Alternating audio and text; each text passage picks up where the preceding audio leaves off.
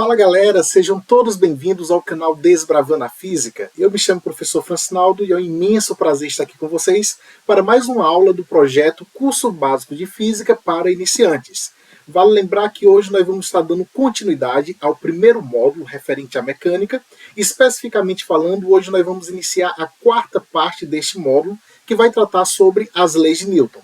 O objetivo da aprendizagem desta aula é enunciar as 3 leis de Newton e apresentar algumas forças especiais da dinâmica. Então se prepara aí e vamos embora para mais uma aula.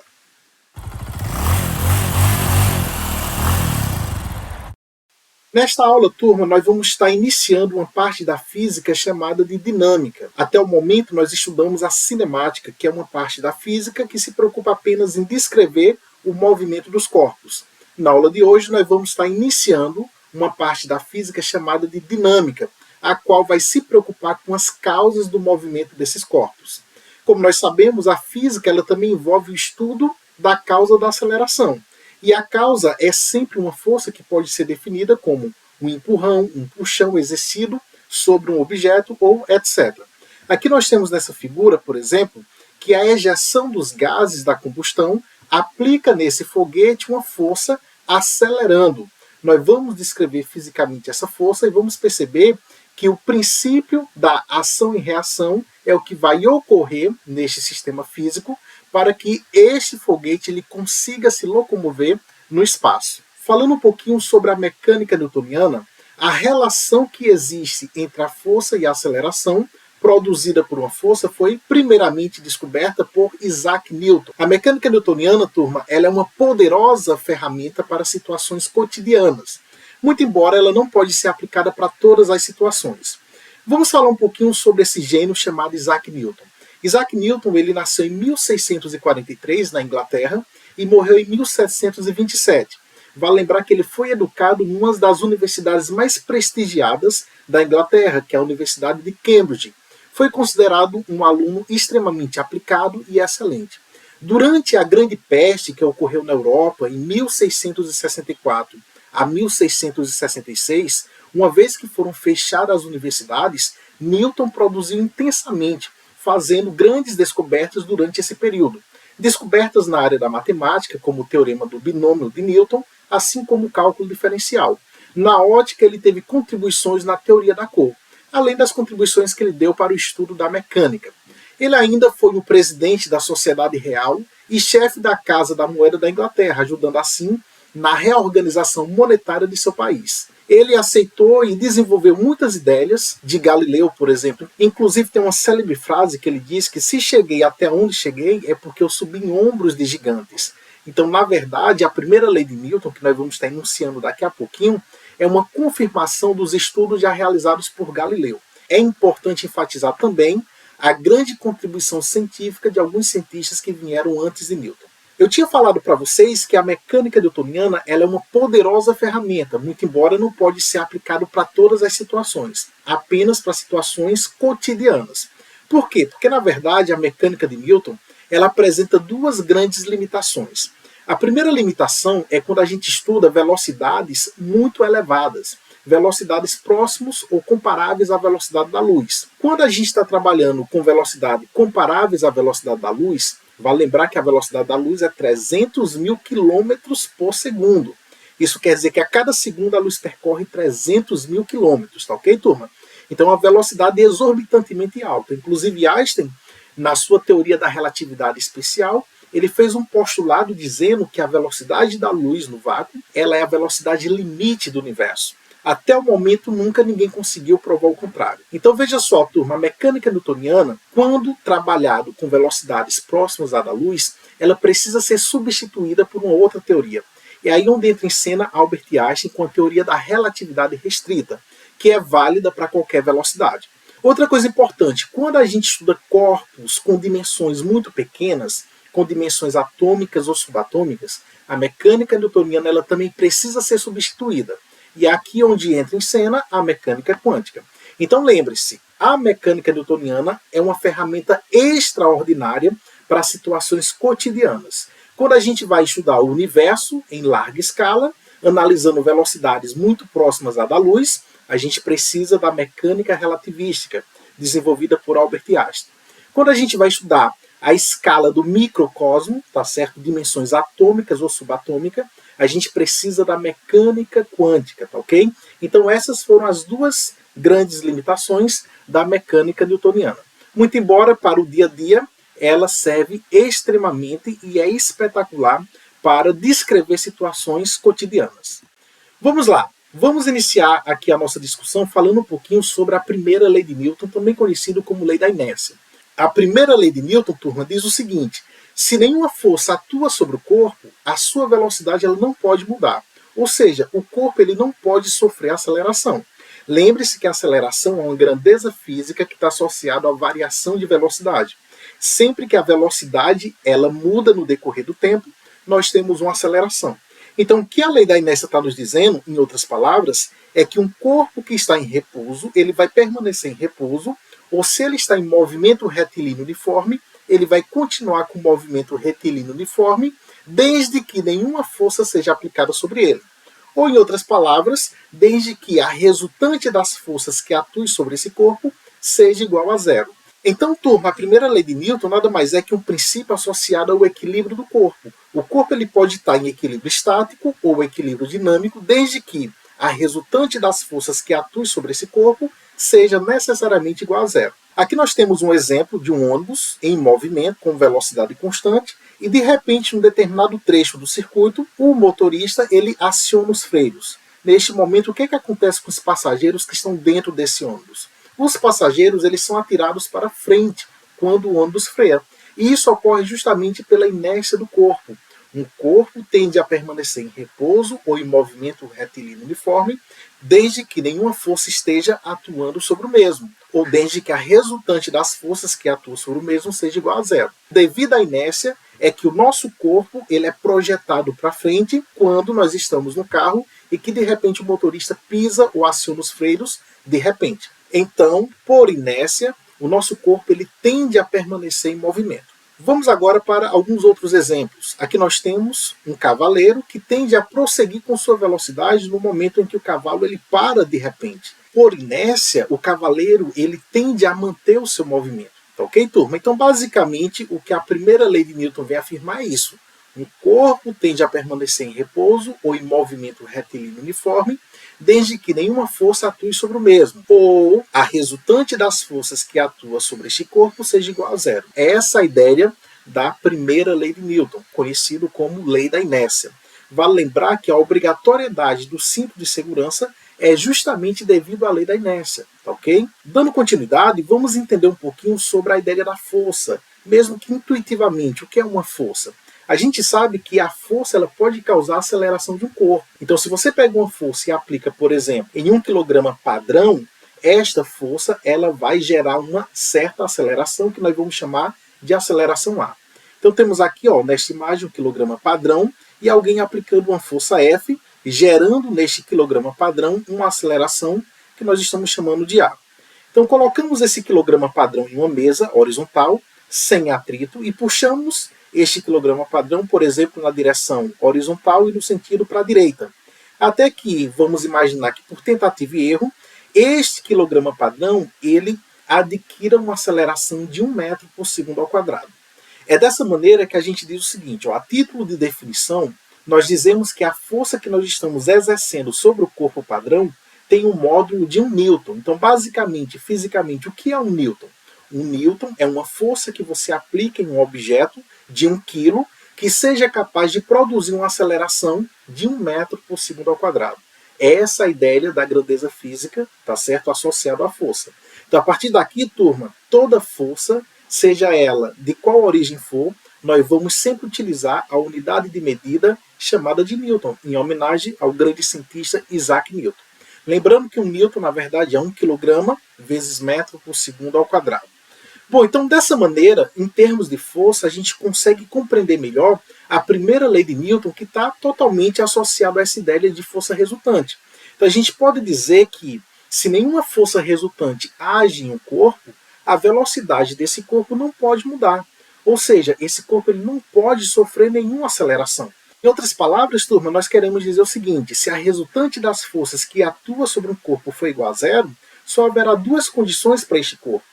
Ou ele vai estar em equilíbrio estático, que é a situação em que a velocidade é igual a zero, uma situação em que o corpo está em repouso, ou então ele vai estar em equilíbrio dinâmico, que é a situação em que ele possui uma velocidade constante. Exemplo clássico disso seria o MRU, o movimento retilíneo uniforme. Então vamos lá, turma, dando continuidade, vamos discutir rapidinho agora a ideia de massa.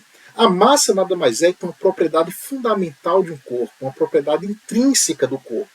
Quando a gente fala propriedade intrínseca, nós estamos nos referindo a uma característica que resulta automaticamente da existência do corpo. O próprio fato do corpo existir já traz consigo esta característica. Então a massa nada mais é que uma propriedade intrínseca fundamental dos corpos. Vale lembrar que a massa é uma grandeza escalar, beleza? Outra coisa, nós podemos dizer simplesmente que a massa é a propriedade que vai relacionar a força que age sobre um corpo à aceleração resultante produzida sobre esse corpo. Nós podemos ter uma sensação física da massa apenas quando nós tentamos acelerar um corpo, como por exemplo, chutar uma bola de futebol ou uma bola de boliche. Você percebe que é diferente ao chutar uma bola de futebol e uma bola de boliche, até porque uma vai acelerar mais do que outra. Tá certo? E isso está associado a quê?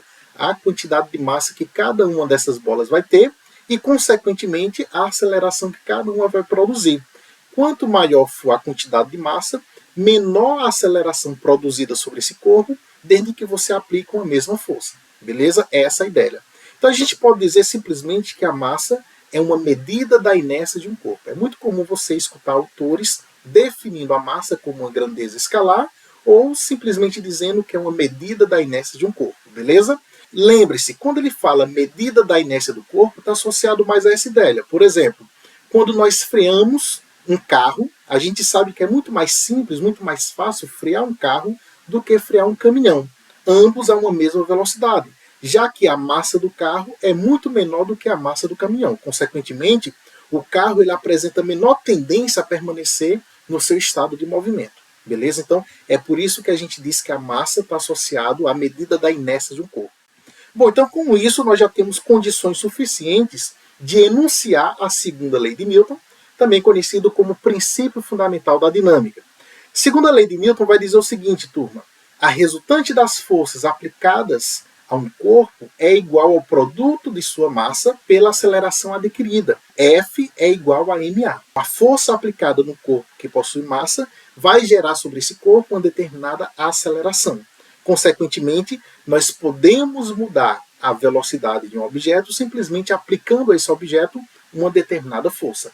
É essa a ideia. Bom, então aqui nós temos, turma, alguns exemplos que vai ilustrar um pouquinho das aplicações da segunda lei de Newton. Neste primeiro exemplo, que nós estamos chamando de exemplo A, nós temos uma partícula submetida a uma única força. Essa força está aplicada sobre essa partícula de massa m, na direção horizontal, e no sentido da esquerda para a direita.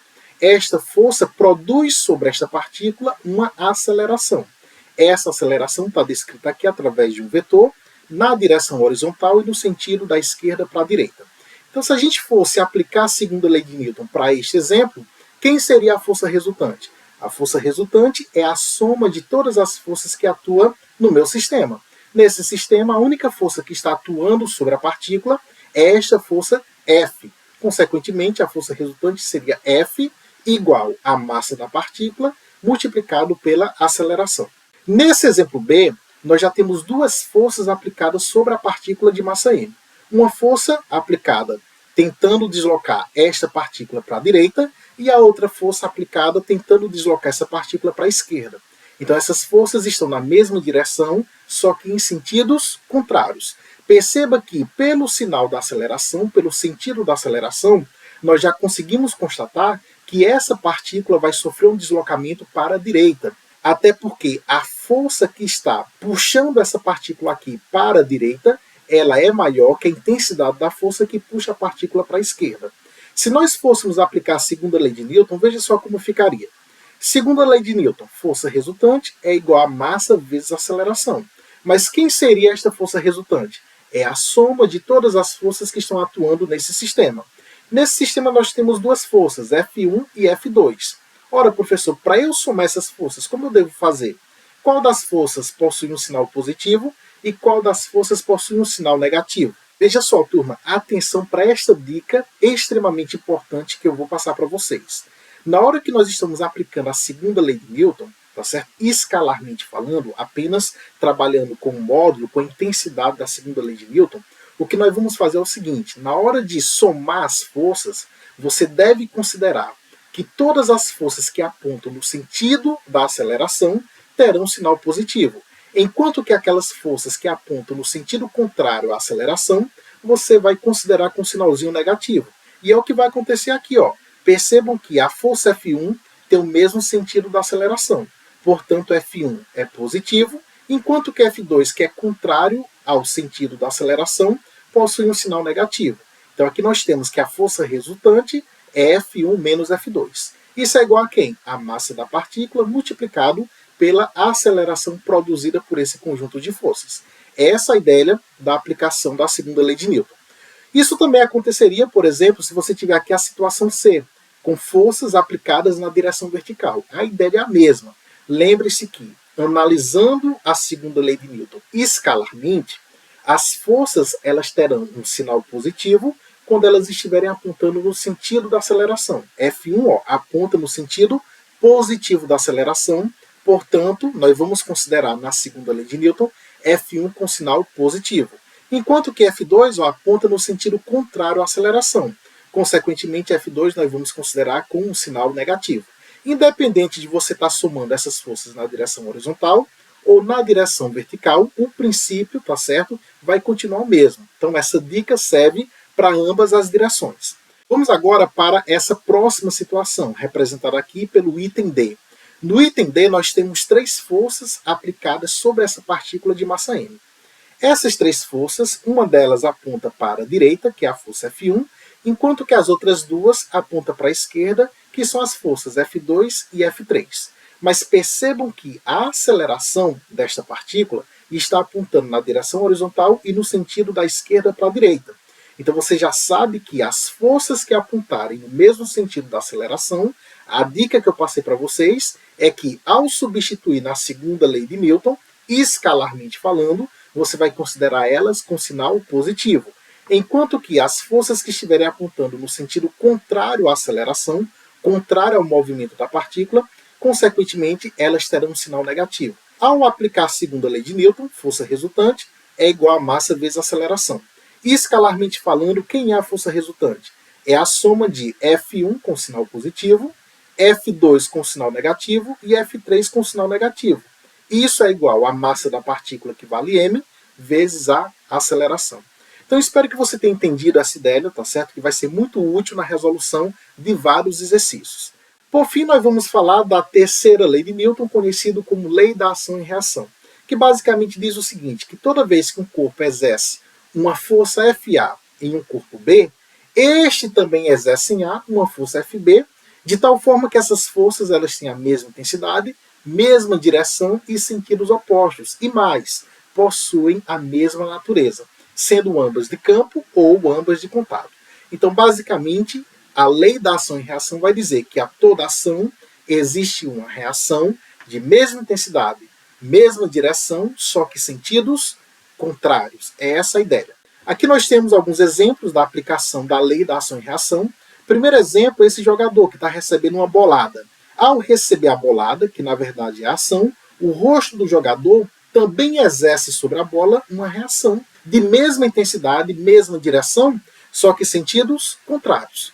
Outro exemplo de aplicação da segunda lei de Newton seria um avião a jato, tá certo? Ou até mesmo um foguete, que ao ejetar os gases em combustão no sentido, a nave movimenta-se em um sentido oposto, o que se explica pelo princípio da ação e reação. Então, um foguete, para conseguir se locomover no espaço, já que no espaço não existe ar atmosférico, para se locomover no espaço, o foguete ele utiliza o princípio da ação e reação, onde a queima dos combustíveis vai gerar neste foguete um impulso, tá certo? No sentido contrário, em que está havendo a ejeção desses gases. Vamos lá, turma, dando continuidade, vamos falar agora sobre algumas forças especiais. Falando em forças, a gente pode dividir em 2 grandes classes. A classe das forças de contato, que é quando a gente empurra uma caixa, quando a gente chuta uma bola, por exemplo, e a classe de forças de campo, que independem do contato entre os corpos. Por exemplo, quando a Terra atrai objetos próximos da sua superfície, ou até mesmo quando o ímã atrai um pedaço de metal que está próximo a ele. São exemplos de forças de campo. O campo gravitacional da Terra, o campo elétrico originado por corpos eletrizados, tá ok? Então vamos falar agora de algumas dessas forças de contato e também de forças de campo que serão úteis na resolução de muitos exercícios sobre a aplicação da segunda lei de Newton. Para começar, vamos falar sobre uma força de campo extremamente importante, conhecida como força-peso, que é uma força gravitacional. Pessoal, vocês podem entender que o peso de um corpo nada mais é que a atração gravitacional sofrida por um corpo de massa m que esteja próximo à superfície de um astro. Então a ideia da força-peso é essa. É uma força de atração gravitacional sofrida por um corpo que esteja próximo à superfície de um astro. Matematicamente, nós podemos determinar a força-peso através desta fórmula. P é igual a mg, em que P representa o peso do objeto, m representa a massa desse objeto e g nada mais é que a gravidade. Vale lembrar que m é uma grandeza escalar, que é o que a gente mede numa balança, a massa, medida em quilograma, de acordo com o Sistema Internacional de Unidades, e g é o que a gente chama de gravidade, que pode mudar de acordo com o local em que o objeto está inserido. Por exemplo, na Terra, a gravidade é de aproximadamente 10 metros por segundo ao quadrado. Já na superfície da Lua, a gravidade é em torno de 1,6 metros por segundo ao quadrado. Consequentemente, se você pega a massa de um objeto e calcula o peso desse objeto aqui na Terra, obviamente ele vai ter um peso diferente do que na superfície da Lua. Como na Lua a gravidade é cerca de 6 vezes menor, então o peso desse objeto lá na Lua é cerca de 6 vezes menor que o peso desse objeto aqui na Terra. Então é essa a ideia. Para calcular peso, basta você multiplicar a massa do corpo, que é o invariante local, pela gravidade, que é uma característica do local que está inserido desse corpo. Tá ok? Nós vamos ver isso nos exercícios. Antes de nós passarmos para a próxima força, turma, eu queria deixar bem claro que, matematicamente falando, a força-peso ela pode ser calculada através dessa fórmula. P é igual a massa vezes a gravidade. Mas lembre-se que a força-peso é uma grandeza vetorial. Consequentemente, ela tem um módulo, uma direção e um sentido. E nas questões, a gente sempre vai considerar que a direção e o sentido desta força-peso é sempre apontando para o centro da Terra. Ok? Então, nos problemas, na hora que for representar o vetorzinho que está associado ao peso daquele objeto, você sempre represente a setinha desse vetor peso apontando para o centro da Terra, que em geral é na vertical e no sentido de cima para baixo. Beleza? Vamos agora falar sobre um outro tipo de força, que é a força normal. A força normal, turma, ela surge quando o corpo se encontra sobre uma certa superfície de apoio. A gente diz o seguinte, que a força normal é uma força que está associada à reação normal do apoio. É uma força que é sempre perpendicular à superfície. Não esqueçam, uma das características principais da força normal é que ela sempre vai ser representada, uma vez que é uma grandeza vetorial, ela sempre vai ser representada por uma setinha saindo da superfície e perpendicular à superfície. Essa característica a gente vai perceber em vários exercícios que nós vamos estar resolvendo na próxima aula. Temos ainda uma outra força, que seria a força de tração, que é a força que vai surgir nos fios quando ele é tracionado pelas extremidades. Se o fio for ideal, então a força exercida numa extremidade, ela é integralmente transmitida para outra extremidade, beleza? Quando a gente fala em fio ideal, é porque a gente está considerando que a distribuição de massa desse fio ele é uniforme, beleza? Então vamos lá. Aqui nós temos 3 exemplos em que o fio encontra-se tracionado, consequentemente nós podemos representar a força de tração por um vetorzinho que sai do objeto e está direcionada ao longo do fio. Vamos agora falar sobre a força elástica, que é uma força que vai aparecer quando a gente comprime ou quando a gente distende uma mola. A força que está associada à deformação de uma mola, nós chamamos de força elástica. Vale lembrar que essa força ela é diretamente proporcional à deformação provocada nesta mola. Matematicamente, a gente pode determinar a força elástica através dessa fórmula conhecida como lei de Hooke. F é igual a K que multiplica X, onde F seria a força elástica, esse K é uma constante elástica da mola, que está associado à característica da mola. Então, quem vai dar o grau de rigidez da mola é justamente esta constante elástica, que é medida em Newton por metro. Enquanto X representa a deformação sofrida por essa mola, o quanto que ela distendeu ou o quanto que ela foi comprimida, beleza? Então, turma, vamos falar agora sobre um outro tipo de força conhecido como força de atrito. Por exemplo, é o atrito que possibilita um carro diminuir a sua velocidade quando o mesmo é freado. A força de atrito ela ocorre devido às rugosidades das superfícies em contato e também devido às forças de adesão entre as moléculas das duas superfícies.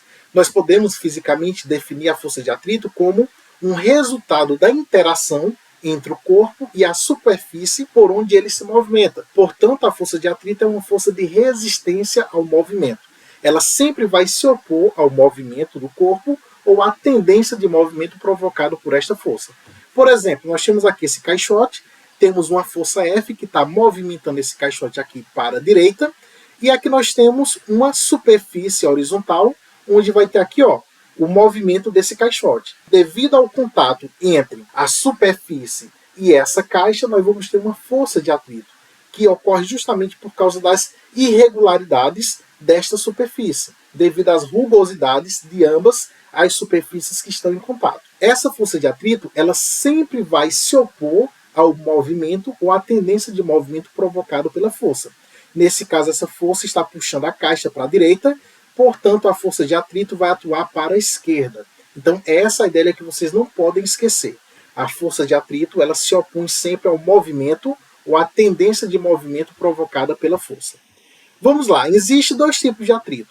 O atrito ele pode ser cinético, que é quando ocorre deslizamento entre duas superfícies. Quando o atrito for cinético, essa força de atrito será sempre contrária ao movimento propriamente dito. Esse atrito a gente chama de atrito dinâmico. Matematicamente, essa força de atrito nós podemos calcular através de um coeficiente μc, esse μ é uma letrinha grega, que aqui está representando o coeficiente de atrito cinético, vezes o n. Esse n representa a força normal. Ao multiplicar esse coeficiente de atrito, que é uma grandeza adimensional, não tem unidade de medida, vezes a normal, você obtém a força de atrito cinético. Aqui nós temos, por exemplo, esse coleguinha descendo esta ladeira aqui em uma prancha. Perceba que essa prancha está em movimento, mas existe atrito entre a superfície da prancha e exatamente esta ladeirinha de neve. Consequentemente, esse atrito, como ocorre um deslizamento entre as duas superfícies, esse atrito é um atrito cinético, beleza? Que pode ser determinado simplesmente multiplicando o coeficiente de atrito cinético, que está associado à característica de ambas as superfícies, pela força normal. Vamos agora falar sobre o outro tipo de atrito que nós podemos ter, que é o atrito estático, que é quando não ocorre o deslizamento entre as superfícies. Que na verdade vai ter aqui é uma força de atrito contrário à tendência do movimento. Por quê? Porque não ocorre um movimento propriamente dito, beleza? Então, a força de atrito estático, não há um deslizamento entre as duas superfícies. Consequentemente, o vetorzinho que você representa da força de atrito estático, ela será contrária à tendência de movimento. Vamos entender essa ideia. Olha só, esse coleguinha está tentando empurrar o tronco desta árvore para a esquerda. Então, a tendência de movimento aqui seria o quê? Para a esquerda. Consequentemente, a força de atrito que está ocorrendo aqui é uma força de atrito estática, porque não há deslizamento, e essa força de atrito estática ela vai apontar exatamente no sentido contrário à tendência de movimento. Beleza? Então não esqueçam disso. Matematicamente, a gente pode determinar essa força de atrito estático também pela mesma forma. A diferença é que o coeficiente utilizado aqui seria um coeficiente associado ao atrito estático. Por hoje, nós vamos parar por aqui. Dessa forma, nós concluímos os dois objetivos da aprendizagem. O primeiro, enunciar as 3 leis de Newton, e o segundo, apresentar algumas forças especiais da dinâmica. Na próxima aula, nós vamos estar resolvendo exercícios de aplicações da segunda lei de Newton, onde nós teremos, nesses problemas, algumas dessas forças presentes. Com isso, turma, nós finalizamos a nossa aula de hoje com esses dois objetivos da aprendizagem. O primeiro associado às leis de Newton, enunciar as 3 leis de Newton, e o segundo objetivo da aprendizagem, que era apresentar algumas forças especiais que serão extremamente importantes na resolução de exercícios. Quero agradecer imensamente a todos vocês que assistiram a nossa aula até aqui. Dizer que qualquer dúvida vocês podem deixar no comentário dos vídeos, tá ok? Que estarei sempre olhando e respondendo todos os comentários. Não se esqueça de se inscrever no canal e de ativar o sininho de notificações para acompanhar todas as novidades deste nosso curso básico de Física para iniciantes. Um forte abraço a todos e até a nossa próxima aula.